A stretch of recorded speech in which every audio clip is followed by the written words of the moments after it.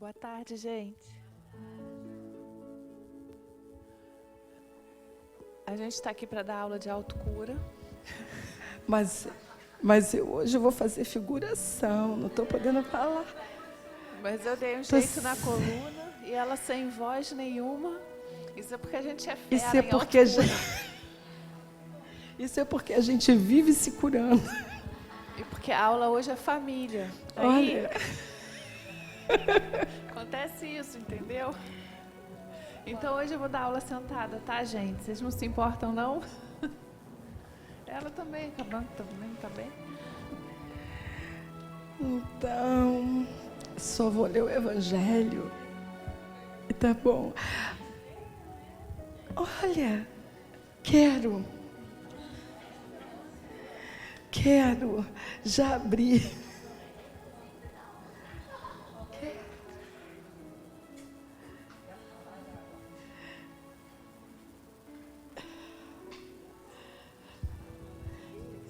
Se quiser, pode começar do item 9. Até o finalzinho. Até aqui, até o finalzinho.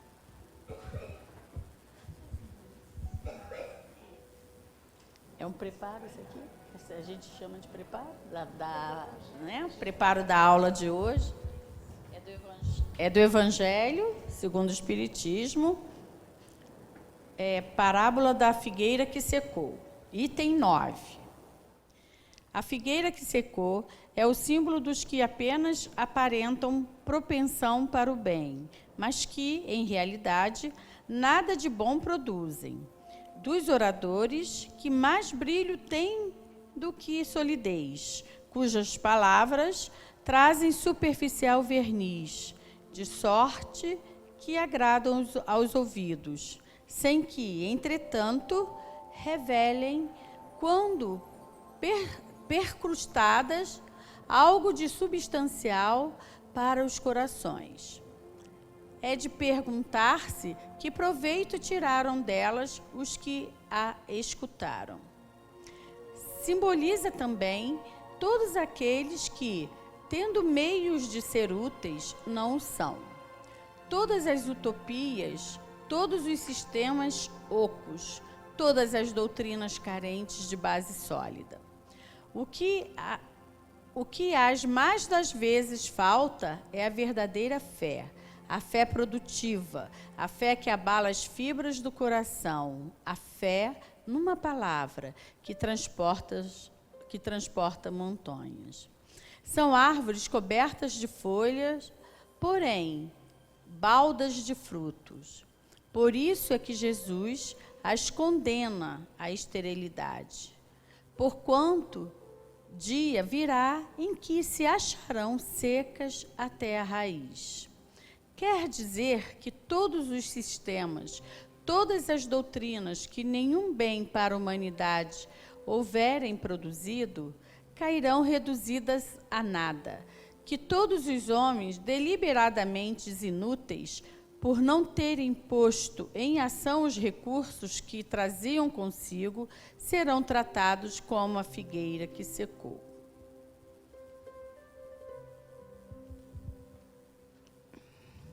Obrigada. Deus Pai, Criador de todas as coisas, Jesus, amigo e mestre de todos os momentos. Joana,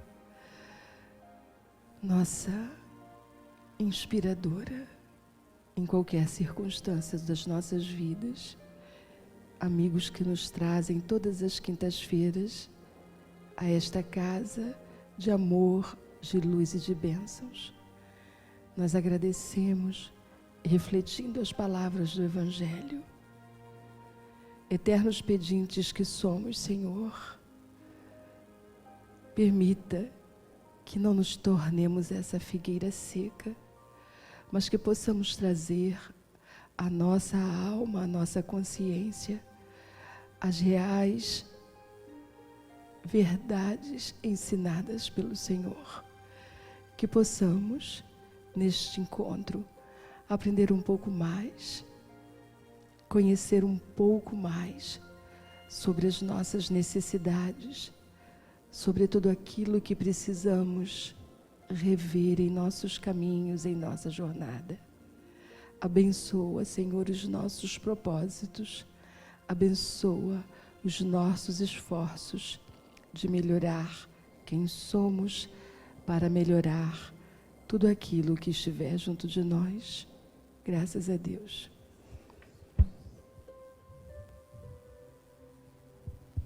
Pode pedir alguém para ler também, se quiser.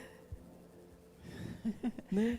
Não, a voz está funcionando. O que não está funcionando é a parte da coluna. Então tá bom. Né? Vamos ver. Eu não sei se eu consigo ficar sentada, não, porque acho que tem italiano no sangue, aí vai, né? A gente não está bem. A gente diz assim, as coisas vão melhorar. Vai melhorar. Aonde muda?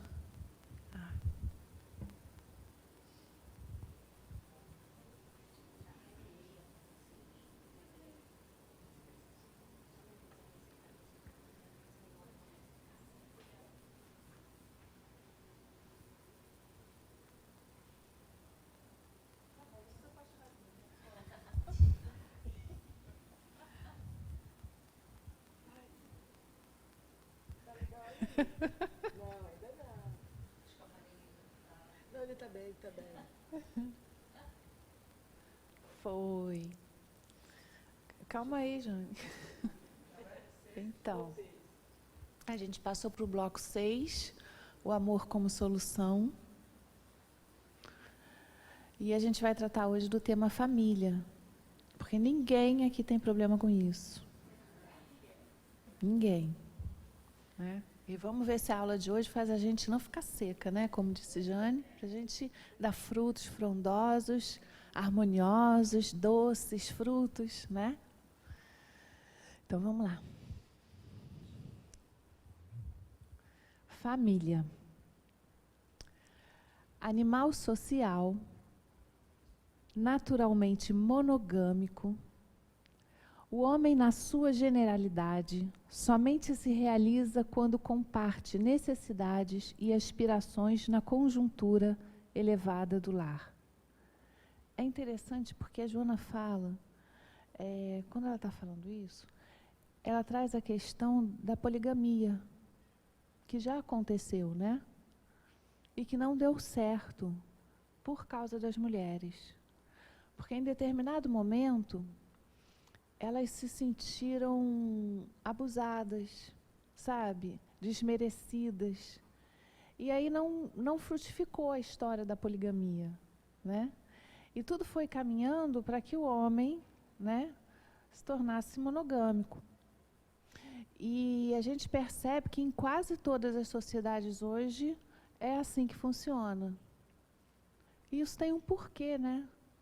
Então vamos ver o que ela vem trazendo para a gente que a gente possa refletir em cima disso, né? O lar, no entanto, não pode ser configurado como uma edificação material capaz de oferecer segurança e paz aos que aí se resguardam.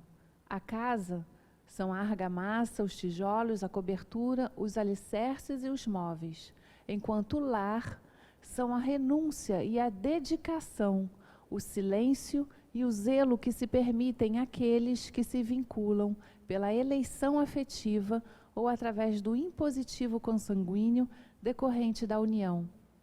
A família, em razão disso, é o grupo de espíritos normalmente necessitados, desajustados, em compromisso inadiável para a reparação, graças à contingência reencarnatória.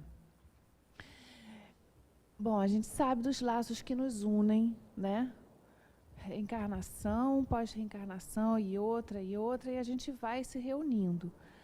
Mas a gente se reúne com tantos aqueles que são muito amigos, espíritos muito simpáticos, né? Quanto aqueles antipáticos. Senão, a família não conseguia se estruturar. A gente precisa entender na família o porquê de alguns se amarem mais, outros um pouco menos, e é assim mesmo que acontece, tá? A gente às vezes se culpa porque, eu gosto mais de um filho do que o outro. Isso não existe, eu gosto de todos iguais. Não é bem assim. Não é bem assim. Não que a gente não goste, a gente gosta. Mas tem sempre aquele que tem uma ligação maior, e a gente sabe disso.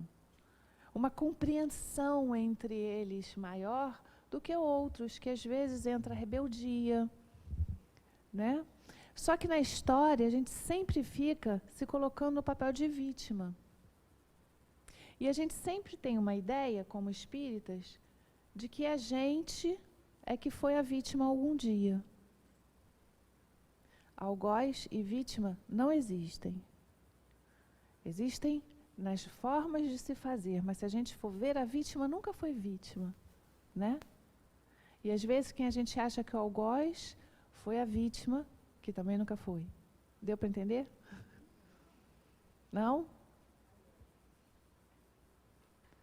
Então a gente tem que entender que relações são essas, que são feitas propositalmente para que a gente possa curar o nosso passado. Curando o passado, a gente cura o presente. E faz um futuro mais feliz. E por que em determinados momentos a gente desiste da luta? Quando ela fala ali, olha só, a casa, enquanto o lar são a renúncia, a dedicação, o silêncio e o zelo que se permitem àqueles que se vinculam pela eleição afetiva ou através do impositivo consanguíneo. O silêncio, o que ela quer dizer com silêncio?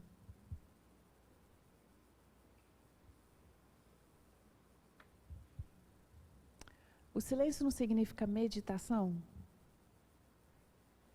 Meditar sobre o quê?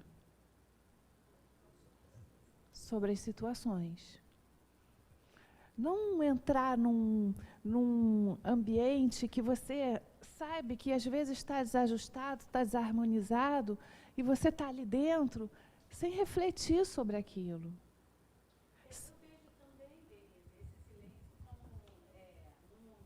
Só um pouquinho. Só um pouquinho. A gente precisa do microfone.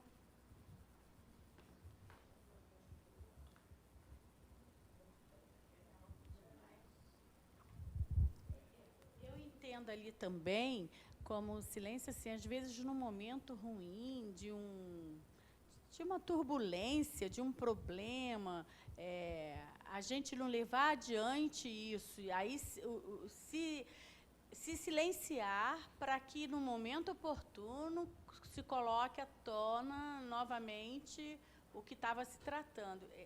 Eu não vejo assim como... É uma forma de meditação, porque se você parou para pensar que isso seria o melhor, você meditou, você parou, você raciocinou. Mas eu vejo esse silêncio como assim, não está no momento agora. Então, eu me calo, eu fico em silêncio, né? Mais para frente. Também. Pode ser também. E ela fala de renúncia. Quantas coisas a gente tem que renunciar? Dedicação, que é preciso que haja dedicação dentro da família, né? A gente não está ali como a gente... eu estou passando por essa família, de repente, mas vou construir a minha, né? Pai, mãe, mas já vou construir a minha. Não é bem assim, né? Os laços familiares são muito fortes propositalmente, para que a gente desenvolva o amor, porque é ali que se inicia o desenvolvimento de um amor, os primeiros aprendizados referentes à moral, à ética, e isso inicia na família para depois perpetuar para a sociedade. Mas os exercícios, os primeiros exercícios, são dentro do lar. E quando a família é desestruturada, você tem seres desestruturados dentro de uma sociedade. Quando ela é estruturada, quando você recebe amor, quando você recebe moral, você traz para a sociedade seres muito mais equilibrados, muito mais condizentes com uma sociedade sadia. Não é verdade? Todo mundo concorda? Passa.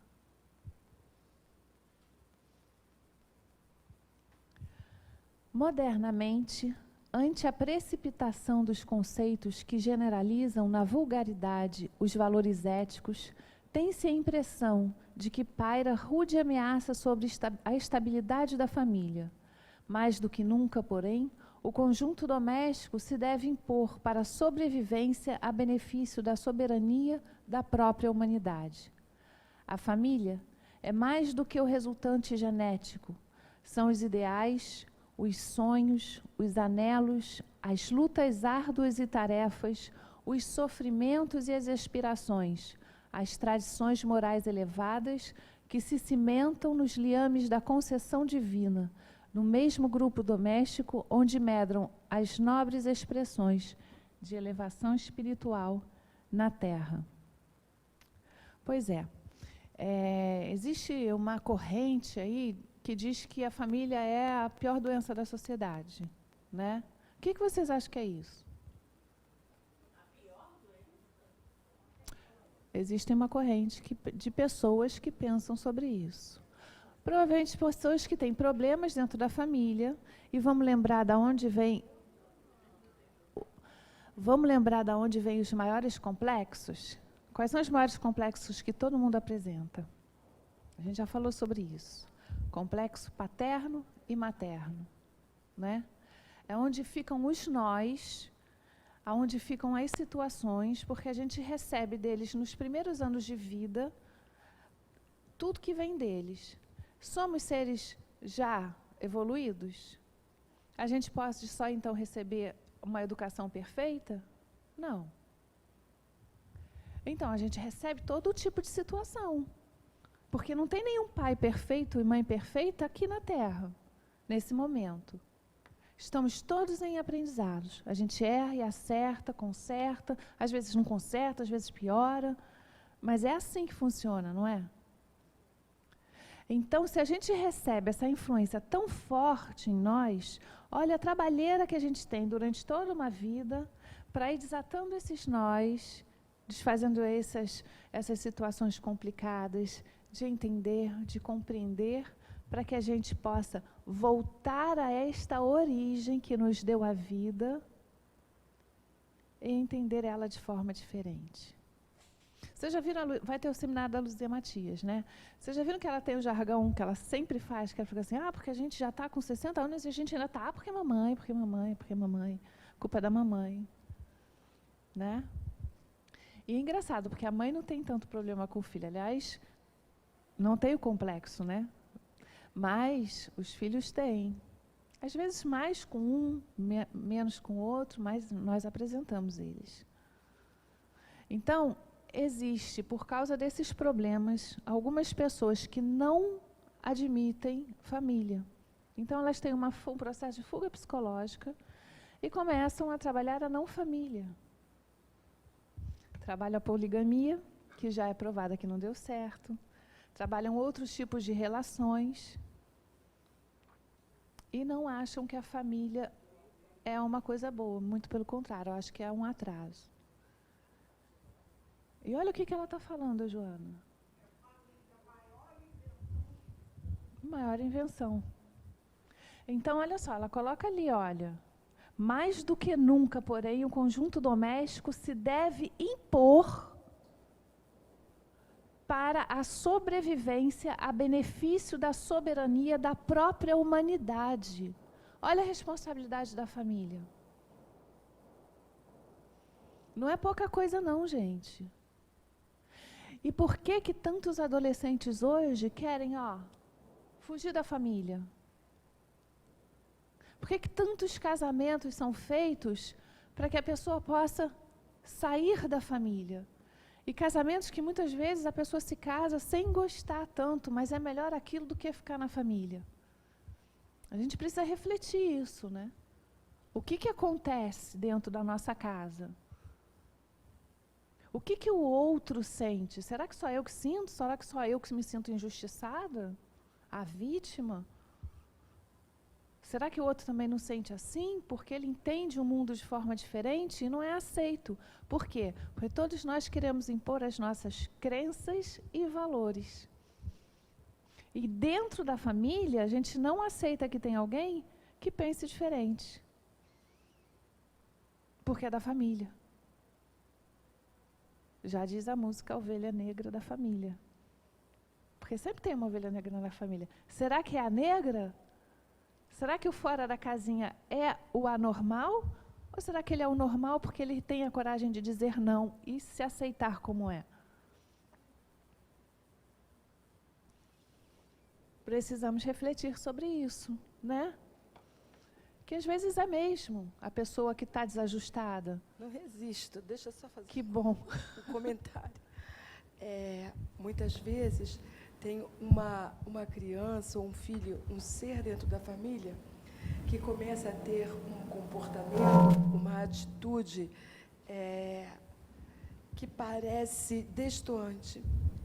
E aí é aquela criança ou aquele adolescente que é posto para fazer uma terapia, que é posto para ser cuidado. Nessa hora, é preciso muito que a família esteja atenta, porque este adolescente possivelmente está refletindo a situação, problema da família inteira, que não é um porta-voz daquela situação. Não necessariamente aquele ser é o problema exclusivamente, mas aquele que de alguma forma conseguiu trazer para dentro da família o problema que possivelmente há algum tempo estava sendo posto embaixo do tapete. E às vezes por gerações. Quando a gente fala de constelação familiar, em terapia, de terapia transgeracional, muitas vezes traz à tona problemas de gerações. Que hoje a gente, com o aprendizado que a gente já tem sobre nós mesmos, essa busca do autoconhecimento e do nosso papel em qualquer relação, a gente começa a identificar por que algumas famílias são como são. Não posso, tá, pessoal? Tchau. Minha garganta está doendo. Ela falou bem? Falou. Então é isso, passa mais um aí. É engraçado o que ela falou, porque acho que quase todos os psicólogos concordam, psicólogos infantis principalmente, que quando a criança vai fazer terapia, eles indicam para os pais fazerem terapia também. Porque geralmente os problemas são dos pais. Né? Consertando os pais, a gente conserta mais rápido a criança. Né? Olha aí, ó. Viu como é que você estava? A constelação familiar deve ser formada por sentimentos de afetividade, sem pieguice, e de disciplina, sem rigidez.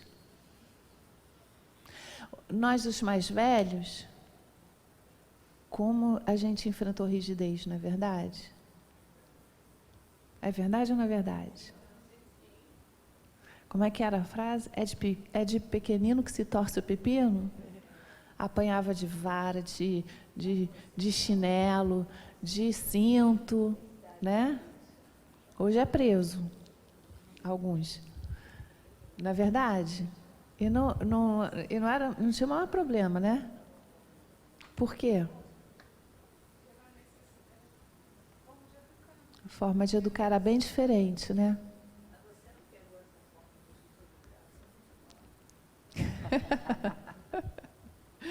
Sou tão nova, não. Isso não é tão lá atrás. Não é tão lá atrás. E vou falar uma coisa para vocês. Alguns adultos que apanharam muito quando criança, hoje eles repetem, não querendo fazer, mas por um condicionamento. Reproduz o modelo. Reproduz o modelo. Porque aquele que sofre uma violência, e essa violência vem corrigindo alguma coisa que ele fez de errado, ele entende que merece ser punido. Então, você vê hoje meninas que se casam e aceitam violência doméstica ou não rebatem com a força que deveriam, porque dentro do inconsciente dela está gravado que se ela fez alguma coisa de errada, tipo, queimou o arroz, não fez o que o outro realmente gostaria, e não precisa ter explicação para isso, não. Ela merece ser punida. Isso é dentro do inconsciente, para vocês verem o alcance que tem esse tipo de situação. O tipo de violência. Então, a gente tem que não só alertar quem a gente conhece e prestar atenção quais são os tipos de violência que a gente ainda comete, porque ele não precisa ser físico. Às vezes é verbal, às vezes é psicológico, que eu acho que é o pior de todos. Não posso nem colocar como pior, né? Porque violência física, violência verbal também são muito ruins, né? E cada tipo de violência, na verdade, acaba atingindo de forma diferente as pessoas. Porque, às vezes, num lar, numa casa, os filhos são tratados mais ou menos da mesma maneira, mas cada filho recebe aquela educação de maneira distinta. Uns conseguem, pela sua própria natureza psicológica, eles são mais atingidos pela violência física. Outros são mais atingidos pela violência moral e outros pela psicológica. Então, até nisso existe uma relatividade e educação é sempre um desafio, porque a gente nunca vai ser o bom educador aos olhos de quem vê, nem aos olhos dos nossos próprios filhos. Mas é preciso refletir sobre isso, como pais e como filhos. Tem uma parte no Evangelho, e aí a gente abriu hoje Figueira Seca, né? Para relembrar isso, que é muito bom, mas tem uma parte no Evangelho que diz, né? Daquele que fora de casa, dentro do trabalho, tem uma moral perfeita, né? Isso. E dentro de casa ele é o tirano, né? No Evangelho. O lar não é somente o lugar dos deveres, mas também do prazer, da alegria, de conviver e sentir a família, de experimentar júbilos e programar festividades que possam auxiliar os bons relacionamentos sociais. Por isso mesmo, é justo que possua um clima emocional agradável de equilíbrio, ao invés de ser o lugar onde as queixas e as reclamações fazem-se normais, de tal maneira que o ambiente está sempre contaminado de mau humor e de pessimismo. Então, vamos lembrar assim, festa de Natal, né, reunião de família, que aí a gente faz toda aquela festa, né, mas sempre tem alguém que a gente diz assim, mas essa pessoa também vem. E geralmente é a pessoa que sempre arruma uma confusão, né? Ou então que não é que é um pouco falsa, né? Que chega e você sabe. E quando a gente recebe, a gente também não é a mesma coisa? Você imagina você fazer uma festa de Natal em casa, onde o espírito de Natal tem que estar presente, e o espírito de Natal não é arrumar a casa toda de Papai Noel, de árvore de Natal, uma quantidade de comida fora do comum, presentes. Não é esse o espírito de Natal. O espírito de Natal teria que refletir o nascimento do Cristo em nós. É renascer em amor, acolher a quem vier com amor, fazer o Cristo estar realmente dentro da nossa casa. Poucos natais conseguem isso. Porque sempre tem alguma coisa. E é normal. Por quê? Porque dentro da família tem as simpatias e as antipatias. Tem todos aqueles problemas que a gente traz para ali para dentro, para trabalhar aquilo. Mas é para trabalhar sem passar por cima. É olhar, reconhecer e trabalhar. O espírito não é de Natal? Então vamos nos esforçar para que seja. Ou de Natal, ou de qualquer outra festa, né? Páscoa, qualquer coisa que... Ou um domingo, né? Domingo na casa dos avós, qualquer coisa parecida, né? É o meu. Vamos pensar uma coisa que às vezes acontece, que a gente começa a observar que o sentimento humano ele pode ser muito estranho. e pode acontecer com a gente, com qualquer pessoa da nossa família, é aquela situação de que a gente pensa, planeja e quer agradar, mas em algum momento está maltratando. Tanto de nós para o outro, como do outro para nós. Às vezes a gente está querendo agradar, está querendo fazer para o outro alguma coisa que seja boa, mas no meio do caminho alguma coisa acontece, porque a gente não trabalha essa afetividade com consciência, e aí alguma coisa no meio do caminho acontece. Ou a gente desagrada, ou é desagradado. Já perceberam isso? E não quer dizer que seja falta de amor. Às vezes é falta de autoconhecimento, às vezes não. Só é falta de autoconhecimento e de reflexão. Por que que no meio do caminho alguma coisa desanda? Quando estava todo mundo querendo que tudo desse certo. Por que será que isso acontece? Não é? E as reclamações? É. E aí formam grupos, né? Grupinhos dentro da própria família, reclamando, reclamando, reclamando de um ser, né? Que talvez não esteja nem se entendendo, coitado. Precisa de muito mais ajuda do que qualquer outra coisa. Mas a gente não aceita certos tipos de comportamento. A gente não deveria aceitar certos tipos do nosso comportamento, por tudo que a gente tem aprendido. E a gente ainda não consegue fazer isso. Né? Verdade. Vamos adiante.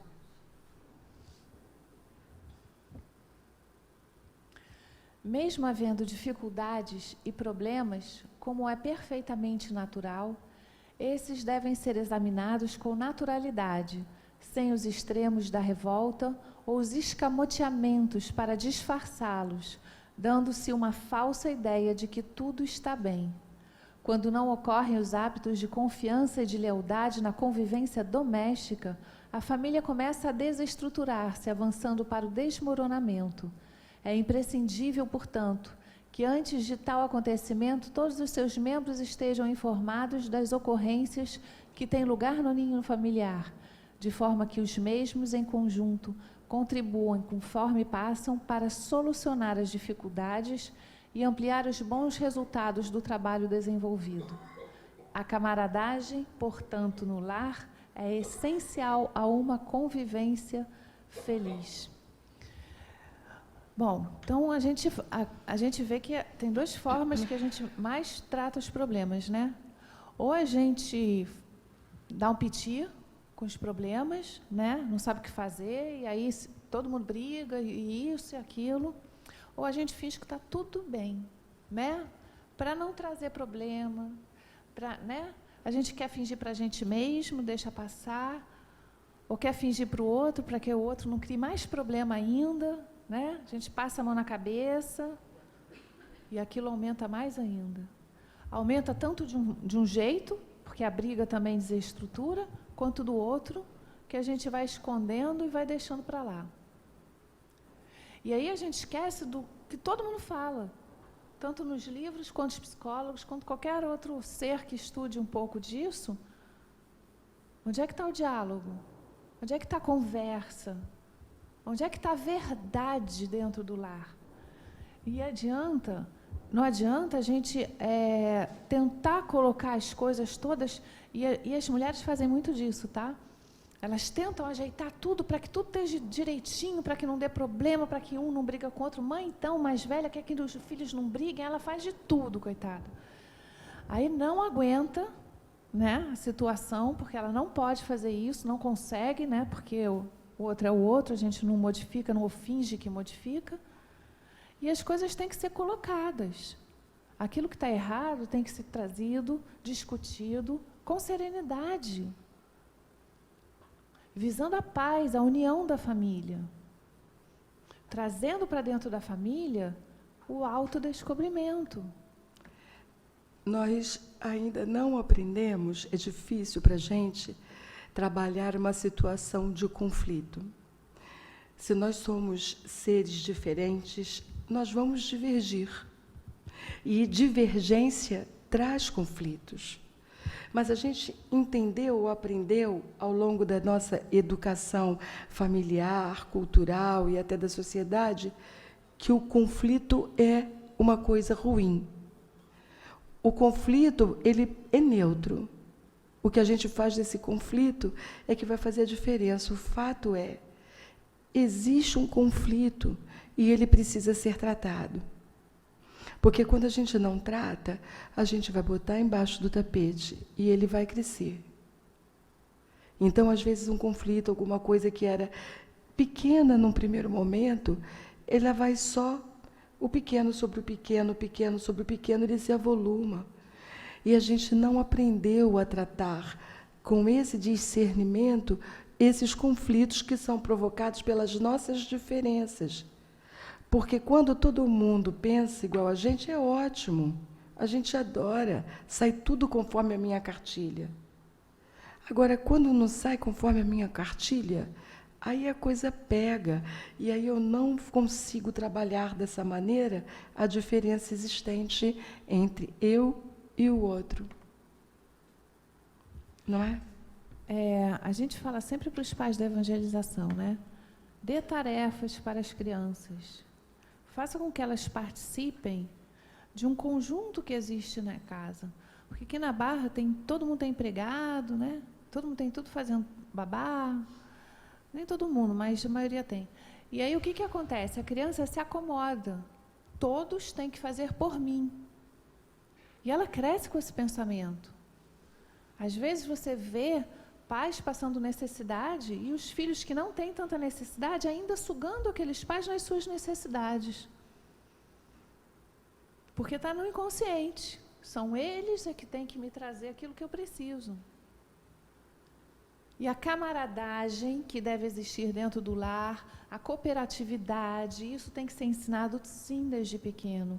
Todos têm uma parte dentro da família que tem que se preocupar com o que acontece ali dentro. Que tem que auxiliar uns aos outros. Porque na família a gente vem para estar junto, para desenvolver tudo isso junto. Então, mesmo que existam aqueles que são mais egoístas do que os outros, que isso a gente traz, né? A gente precisa estar ali, olha, lapidando e auxiliando essa nova compreensão. E essa cooperatividade não é só nas questões materiais que necessita, porque é dali que a gente aprende, mas das sentimentais também. Perceber quando o outro está triste, perceber quando o outro está necessitando, entender quando o outro está passando por dificuldades, mesmo sem ele falar. E a gente não pode esquecer. Irmãos traz um nome que é muito importante. Juntinho, paralelo, fraternidade. E a fraternidade precisa existir em todos aqueles que estão ali naquele clã. Ajudar mesmo aqueles dos quais a gente, de vez em quando, a gente queria excluir. Né? Um dos problemas muito recorrentes agora, nessa época, principalmente, são as dificuldades financeiras. As dificuldades financeiras têm atacado as famílias de uma forma muito cruel. Porque famílias que tinham tudo, todo conforto, agora quase não tem nada. A gente está cansado de ver isso acontecer. E não conseguem entender que é possível viver só com as coisas que são necessárias à vida. E aí elas se desestruturam muito forte. Aconteceu um problema assim? Vamos todos sentar e resolver juntos. Não é culpar fulano ou ciclano por isso ou por aquilo. E sim sentar e começar a ver o que pode ser feito. Como que essa família vai se encontrar para conviver, sem que precise, de repente, de um apoio financeiro. Caminhar na praia, por exemplo. Brincar de bola na praia. coisas que os mais antigos sabem como fazer, brincar, construir relações, afetividades, sem precisar de dinheiro, porque isso antigamente se fazia o tempo todo. Nem que fossem joguinhos com pedrinhas. Os nossos avós não faziam isso com a gente? Eu via a minha mãe às vezes brincar com a minha avó, as duas riam, velhas. Porque tem maneiras e maneiras da gente trazer alegria para dentro do lar, trazer a diversão, sim, de outras formas, que às vezes, vivendo num mundo tecnológico como o de hoje, a gente não acha não acredita mais que possa existir. Pode, e une de verdade. E essa união faz com que a gente tenha força para enfrentar tudo que está vindo. Porque sem essa união, aí a gente se desespera. E você imagina um pai de família que perde o emprego, que tem que suprir a família inteira, porque acostumou a família a ter tudo, a culpa que ele não deve sentir. E a gente ainda culpa porque alguns deles chegam em suicídio. Então, estamos juntos para observar o que cada um sente, a olhar com carinho as dificuldades que cada um está trazendo. E nos ajudar mutuamente dentro daquele núcleo. Né? Isso acontece porque nós construímos um entendimento de felicidade baseado em consumo. Então, quando o nosso conceito de felicidade está completamente baseado no consumo, qualquer tipo de consumo, quando há uma perda financeira, existe um abalo muito grande na família, porque perde o poder de compra, o poder aquisitivo, onde as nossas distrações hoje, aquelas que nós aprendemos a ter, são todas voltadas para o gasto, para o consumo. Então, quando a gente pensa o que a gente pode fazer sem gastar dinheiro, a gente já nem sabe mais. E acha até que é impossível ter alegria dessa forma, como a Denise estava falando, não é?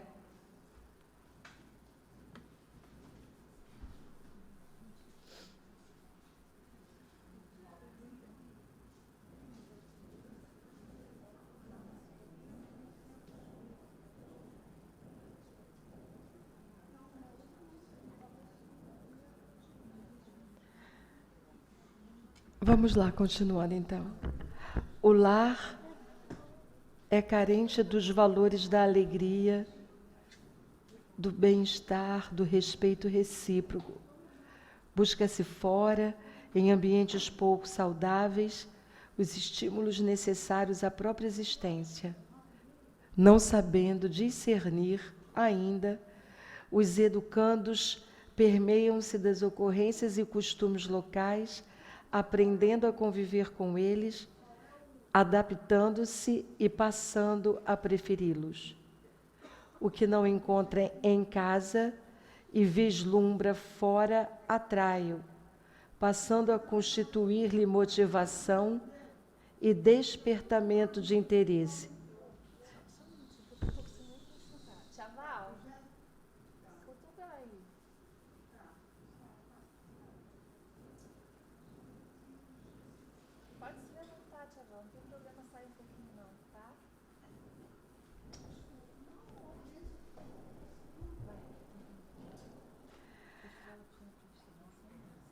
O lar é carente dos valores da alegria, do bem-estar, do respeito recíproco. Busca-se fora, em ambientes pouco saudáveis, os estímulos necessários à própria existência. Não sabendo discernir ainda, os educandos permeiam-se das ocorrências e costumes locais, aprendendo a conviver com eles, adaptando-se e passando a preferi-los. O que não encontra em casa e vislumbra fora, atrai-o, passando a constituir-lhe motivação e despertamento de interesse. Incluem-se aqui as célebres proibições, quase todas irracionais. Os adultos impacientes e imaturos optam por não explicar as razões por que determinados comportamentos são bons e outros são maus, estabelecendo regras de proibições que despertam a curiosidade e o desejo de conhecê-los, a todos, por encerrar um conteúdo mágico e fascinante. Vamos lembrar das drogas, né? Álcool, tudo aquilo que a gente vai proibindo dentro de casa, né? E que às vezes faz. Eu posso beber, você não pode. Não é assim que os pais agem? Eu posso fumar, você não pode fumar. Não é isso?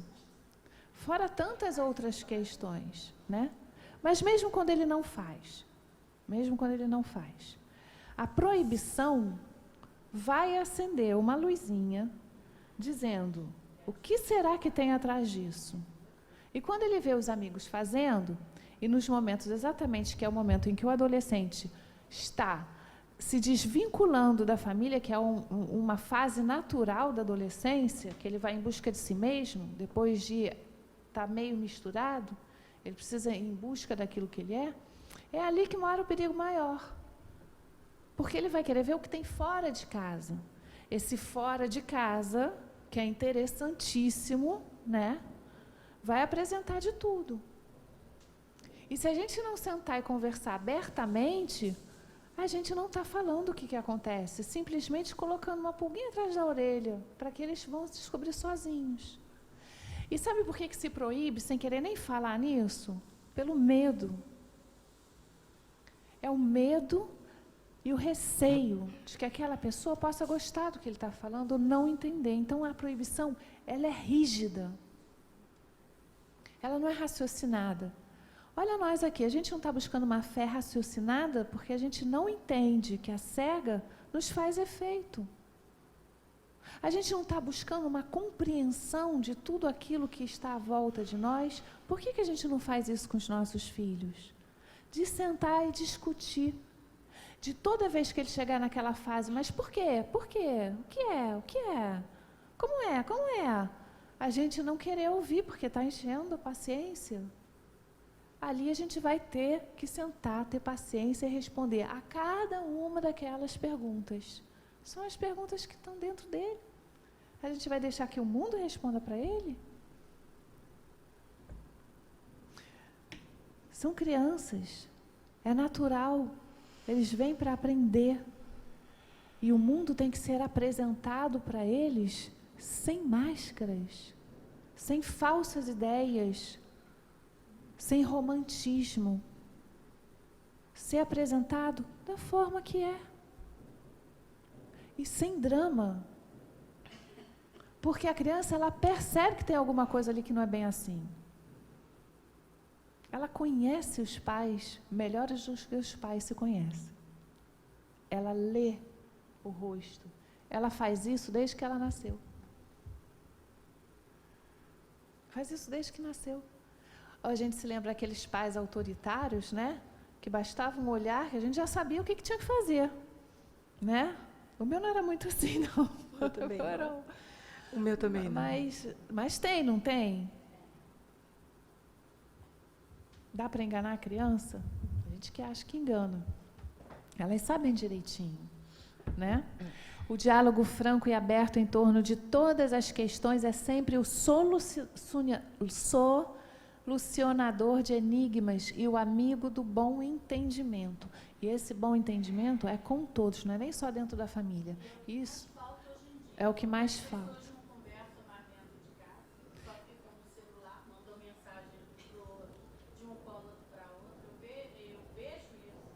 Exatamente. Que educação é essa que a gente permite? Que ao sentar à mesa, ao invés da gente trocar olhares, um momento tão agradável, cada um fique no seu celular. Que ao sentar num sofá, no final de um dia, né, assistir um programa juntos, ou conversar um pouco, perguntar como é que foi o dia de cada um, interesse um pelo outro. Não existe, a gente tem interesse em quem está fora, em quem está no WhatsApp, em quem está no Facebook. A vida dos outros é mais interessante do que a nossa. Outra coisa também que eu observo nos lares de hoje em dia, cada cômodo tem uma TV. Aí você está no teu quarto, vê a tua TV, o outro está no outro está no outro. Assim, não tem nem aquela reunião ver um programa decente, um programa bom, um noticiário junto aí. Ver um filme que contribua, né? Que a gente possa discutir, se emocionar junto, chorar. Tantas coisas boas também existem. Não existem só coisas ruins vindo da televisão, né? E não tem relacionamento? Como assim não tem relacionamento justamente no período onde a gente mais tem que se relacionar? Só reproduzindo, né, o que a nossa amiga estava falando, desse hábito que nós temos de cada cômodo na TV. Tem uma TV em cada cômodo. E quando todo mundo chega, e cada um para o seu quarto, porque cada um quer ver o seu programa, está interessado no seu próprio conteúdo. Aí a gente evita o conflito, mas evita o contato. Também. Não tem conflito, mas também não tem contato. Então, se eu vejo alguma coisa na TV que eu gosto, e a Denise mora comigo, vê alguma outra programação que ela gosta, a gente não consegue nem conversar assim. Foi bom ou não foi? Valeu ou não valeu? Mas perdi meu tempo vendo esse negócio que não gostei de nada. E o outro pode, em algum momento, dizer, mas teve isso que foi bom. A gente nem se permite. Sou eu comigo mesmo, e quando eu estou eu comigo mesmo, não aprendo nada.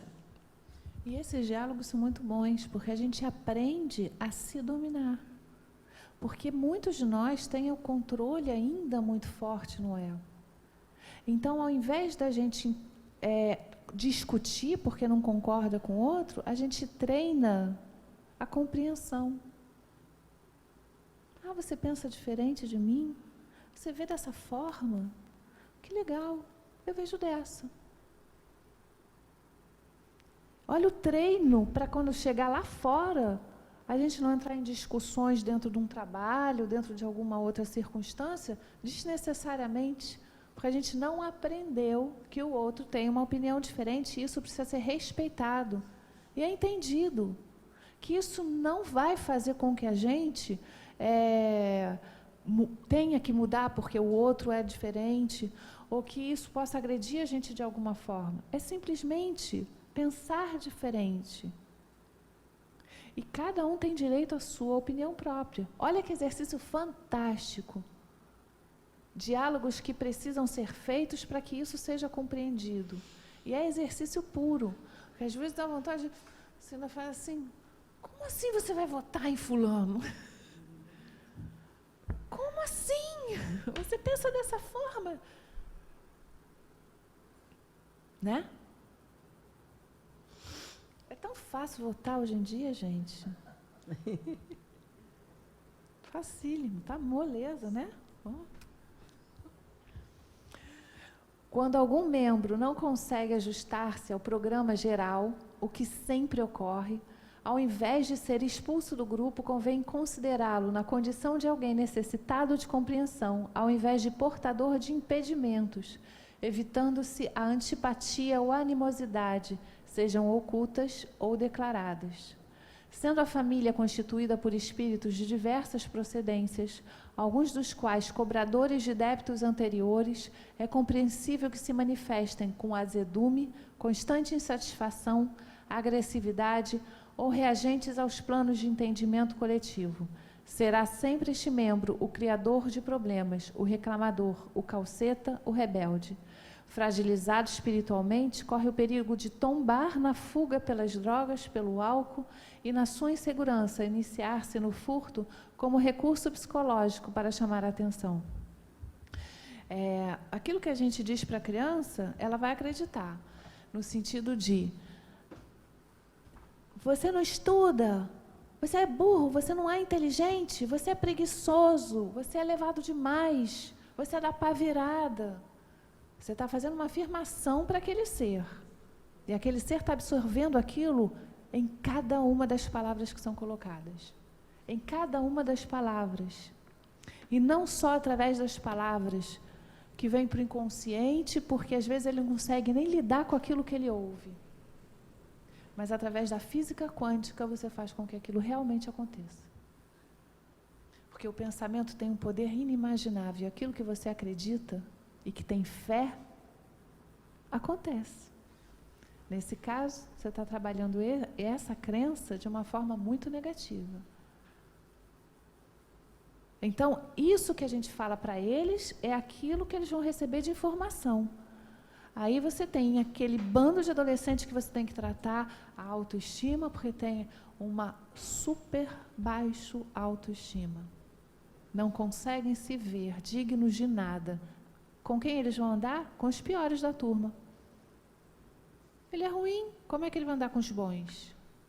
Entre aspas, né? E se ele é ruim, ele não vai ter jeito. Porque não tem jeito. Esse menino não tem jeito. O que você está fazendo? Você está empurrando esse ser para um abismo, né? Diariamente ele escuta a mesma coisa. Ele faz os pais se desesperarem, ele faz os pais chorarem. Ele faz os pais se indignarem pela presença dele. E ele é excluído. Então, às vezes, tem um na família que é o bom, outro na família que é o ruim. Eu posso apostar com vocês que a maioria das vezes é o contrário. O bom é o ruim e o ruim é o bom. Não pensem vocês que aquele que é chamado de bom o tempo todo consegue ser bom quando cresce, porque isso traz problemas emocionais gigantescos. A hora que ele não acertar, ele despenca também. Ele, além de se achar acima e superior aos outros, ele vai trazer isso como uma marca muito negativa. A gente não tem que alcançar a humildade? Como ele vai fazer para chegar a isso? Ele não pode se permitir, ele vai desiludir os pais, a quem foi o único que fez com que os pais sentissem felicidade. Viram quantos problemas a gente traz dentro da família? E sabe por que eles existem? Para a gente trabalhar e conhecer. Só queria fazer um comentário, porque muitos de nós já passou por esse momento de criação de filhos. E quando a gente ouve, a gente pode, em algum momento, voltar atrás e começar a pensar, puxa, como eu errei na criação dos meus filhos. A ideia não é essa, quando a gente fala desses temas aqui, trazer para aqueles que já têm, entre aspas, os filhos criados, não é a intenção, não é trazer, como a gente fala, uma noção, essa coisa, a culpa para aqueles que já passaram por esse momento e assim, puxa, mas eu fiz tudo errado. A gente, quando fez tudo errado, quando a gente não fez melhor, foi porque a gente não sabia como fazer melhor. Se a gente não fez da maneira, obrigada, como a gente está ouvindo agora, se a gente não fez e se a gente se comportou de uma maneira diversa, como o Joana traz para nós, foi porque nós não sabíamos. E nós não somos responsáveis pelo que não sabemos. Então, a gente está aprendendo de maneira que a gente, se tiver oportunidade, ajude a quem está passando, convivendo, tendo esse tipo de experiência. Pode ser que a gente tenha pessoas que estejam nesse momento de criação dos filhos, ou a gente vai ter esse convívio, ou até profissionalmente a gente tem esse contato. Então, me ocorre fazer esse alerta. Ou que a gente esteja ou tenha sido criado desta forma, mas também, que a gente precisa perceber, que foi o que a gente falou no início, exato, a condição de ainda ignorância dos pais, porque somos todos ainda ignorantes nos relacionamentos, sobre nós mesmos, e entender que aquilo ali precisa ser curado, que aquilo trouxe algumas questões psicológicas para nós, das quais a gente precisa observar e diluir. E diluindo e transformando, e entendendo e modificando. Exato. Vamos lá? Leu. Muitas vezes, alguns núcleos familiares transformam-se em praças de guerra, em contínuos combates, nos quais cada um reage contra o outro ou detesta-o, longe do compromisso de reabilitação e de identificação pessoal. Certamente é nesse difícil reduto que o espírito deverá desenvolver-se, transformar os maus em bons sentimentos, exercitando a fraternidade e a gratidão. Conseguir a prática da gratidão em relação aos familiares hostis constitui um desafio à sombra pessoal dominante no clã. nem sempre se conseguirá o melhor resultado. No entanto, criado o hábito de compreender o outro, tendo na condição de enfermo ou necessitado, transforma-se em método eficaz para o desiderato. A gratidão, ela é extremamente necessária. Nos trabalhos de constelação familiar, que é um tipo de terapia muito específica que ela estava falando, né? A gente percebe que são trabalhos muito profundos e psíquicos e que vão realmente além daquele núcleo que a gente vive, mas aos nossos antepassados. Porque nós talvez fôssemos esses antepassados. A gratidão por quem nós somos hoje, pois alguém esteve antes de nós, nos criando, tentando fazer o melhor. A gratidão por aqueles que vieram no núcleo familiar, mostrando quem nós somos, através dos desajustes, que muitas vezes não é naquele nível que a gente apresenta, mas alguma coisa daquilo ali ainda está guardado dentro da gente. E que se pode revelar a qualquer momento, porque a gente ainda desconhece. A gratidão pelo exercício do amor, que pode ser feito até nesses núcleos de guerra, sim. Porque o amor pode modificar muita coisa. Ele tem uma força tão grande, mas ele não é usado. A gente entra na revolta, na vitimização, na autocompaixão. Por que eu estou dentro desta família? E não faz aquela perguntinha que a gente fala, para que eu estou dentro desta família? Algum movimento eu tenho que fazer de diferente. É aprendizado puro. Então a gente começa a pensar, puxa vida, quantas coisas a gente vem aprendendo, quantas coisas a gente vem trazendo e quanto ainda somos secos. Me ocorre a gente ter atenção para a síndrome do peixe fora do aquário. É aquilo que quando a gente passa, em alguns momentos, às vezes a gente passa uma existência inteira se sentindo um peixe fora daquele aquário, querendo saber por que está naquele aquário.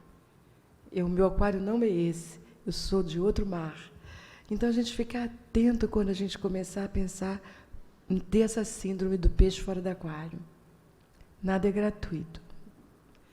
E aí, às vezes, a gente acha que está fora do aquário e aquele aquário é o nosso aquário.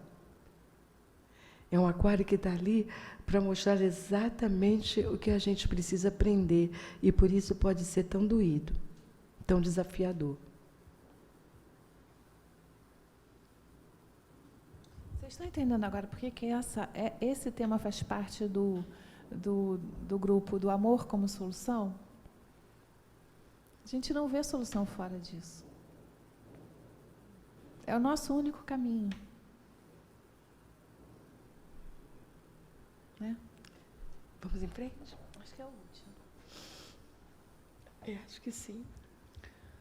Quando, por acaso, os desafios apresentem-se quase insuportáveis, um poema de alegria deve ser entoado no íntimo daquele que se empenha pelo triunfo, aceitando as circunstâncias, às vezes perversas, alterando-as uma a uma para melhor. Lutas desse porte elevam o ser humano à condição enobrecida de criatura integral, ajudando-a a desenvolver o Deus interno, que necessita dos estímulos fortes, tanto interiores quanto externos, para romper o casulo do ego e esculpir-se no self. Para o sucesso do empreendimento, o amor e a gratidão constituem as forças dinâmicas ao alcance do lutador. Não existe ninguém que seja impermeável ao amor, a um gesto de bondade, à gratidão sincera. Vocês lembram daquela historinha da borboleta? Né, que a criança encontra um casulo no jardim, aí ela fica super curiosa o que é aquilo, aí o pai fala, é uma lagarta que está fazendo todo o trabalho para se transformar em borboleta. Vocês lembram? Não. E aí a criança chega e fica incomodada com aquilo, né, que ela está se mexendo lá dentro, se remexendo, e fala assim, pai, eu vou ajudar. Ele fala, não, filho, deixa ela fazer o trabalho dela. pai, não, eu vou ajudar, ela tem que ser ajudada. Não está vendo? Ela está se mexendo toda, ela está se contorcendo, deve estar sofrendo. Está sofrendo, está sentindo dor, né? Está sentindo um monte de coisas e a força que ela está fazendo é gigantesca. Mas ela precisa fazer essa força. Ah, pai, eu estou aqui, sou mais forte que ela, eu posso ajudar, eu posso fazer por ela esse trabalho. Filho, não pode. E aí o pai sai, mas o filho, querendo ajudar, vai lá dentro, pega o canivete e devagarzinho ele vai abrindo aquele casulo, com muito cuidado. Assim que ele abre, sai lá de dentro alguma coisa que nem a lagarta e nem a borboleta. E aí o pai vem. E ele fala, pai, o que é isso? Ele falou, nunca vai chegar a ser borboleta porque você interrompeu todo o trabalho que ela precisava fazer. Muitas vezes a gente quer fazer pela nossa família aquilo que é de trabalho deles. Mas todas as dificuldades que a gente passa dentro da família têm um propósito muito forte, que é o nosso crescimento, a nossa individuação. Ninguém pode fazer esse trabalho por nós. Não dá para fugir da família que a gente nasceu, não dá para sair daquilo que da onde a gente veio. Essas raízes têm que ser fortes. A gente faz o caminho de ida na adolescência para entender as dificuldades, para fazer o caminho de volta depois, para reconhecer o que são os pais. É o filho pródigo. O esforço precisa ser feito e dói, a gente sabe que dói, mas é de uma beleza infinita se transformar numa borboleta. Porque depois de todo o trabalho, a gente aprendeu com aquilo que a gente precisou fazer. Que a gente possa não fugir daquilo que a gente recebeu como lar nessa vida. Porque tem todo um esquema muito bem montado, muito bem planejado, para que tudo dê certo no final. Mas que a gente precisa trabalhar muito para acontecer, para fazer acontecer. E um lar, quando chega no final, cheio de amor, união, ou não tanto cheio, mas com um pouco de amor e união, a gente já está vencendo, né? Uma batalha grande. A frase deu um pique de luz e o projetor apagou, mas a primeira frase do texto da Joana fala assim, quando as coisas, mais ou menos assim, se tornarem insuportáveis. É a frase do último slide, começa assim. Muitas vezes a gente acha que não vai dar conta, porque está insuportável aquela situação. Nesse momento é que a gente precisa mais parar para refletir e agradecer. Agradecer o aprendizado, que naquele momento talvez a gente não esteja dando conta ainda de que é um aprendizado, que é alguma coisa que a gente vive, que a gente mesmo atraiu para a nossa existência, não foi ninguém mais do que nós mesmos, que atraímos para a nossa existência esse tipo de experiência para que ela pudesse trazer para nós o aprendizado que a gente precisa ter. Exatamente, Joana diz para a gente que exatamente nessa hora o maior exercício da gratidão. Gratidão que faz brotar o amor a partir daquilo que a gente considera que é desamor. Que faz brotar o amor daquilo que a gente acha que é uma desordem total. É um desafio, amigos, para todos nós, com certeza é. Quem quer fazer oração?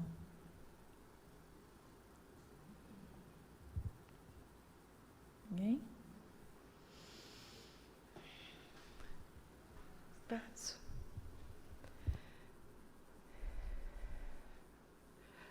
Agradecidos que somos por estarmos neste momento juntos e amparados pelos amigos espirituais, que possamos tirar de nossos corações os pesos, tirar de nossa alma as dúvidas, aliviar a tristeza, aliviar a dor e trazer, Senhor, por meio dessa compreensão do objetivo, do propósito maior de estarmos juntos em família, a alegria de estarmos aqui agora. Que possamos levar essa alegria, esse encantamento para os nossos lares, de maneira que possamos fazer as transformações necessárias em nós mesmos, de lagartas em borboletas, cada vez mais coloridas, que vão trazer para nós a paz e a plenitude tão buscadas. Graças a Deus. Obrigada, gente. Até quinta, pessoal. Eu vou estar boa, pode ter certeza. Olha só, a gente não fez agora isso para bzicar vocês, não, tá? É. Porque, olha, é forte, né? É.